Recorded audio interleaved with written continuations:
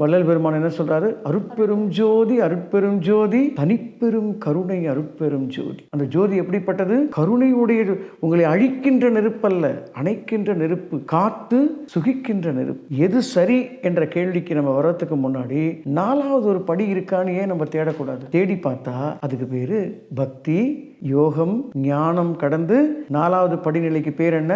ஞான பிரம்மாண்டம். அந்த ஞான பிரம்மாண்டத்துல சிவம் என்பது ஜோதி அல்ல. சரி, இந்த 4 படிநிலை ஏறின நாம 5வது ஒரு படிநிலை இருக்கும்னு ஏன் நம்ம தேடக்கூடாது? தெரியலாமா வேணாமா? ஏன்னா இது 4 சரியா சரியில்லையான்னு கண்டுபிடிக்கிறதுக்கு நம்ம 5வது படிநிலை போயாகணும். என்னென்ன படிநிலைகள்? பக்தி, யோகம், ஞானம், ஞான பிரம்மாண்டம், அடுத்தது இருக்கு இல்லையா? அதே ஃபார்முலாவை முருகனுக்கு ஃபிக்ஸ் பண்ணுவோம். பக்தியில முருகன் எப்படி இருக்காரு? 6 முகங்கள் கொண்டிருக்காரு, 12 கைகள் கொண்டிருக்காரு, கீழே மயில் வாகனம், கையில வேல், சூரசம்ஹாரம் பண்ணக்கூடிய வேல், வள்ளியை மணர்ந்த முருகன். இது பக்தியில ஒரு அற்புதம்.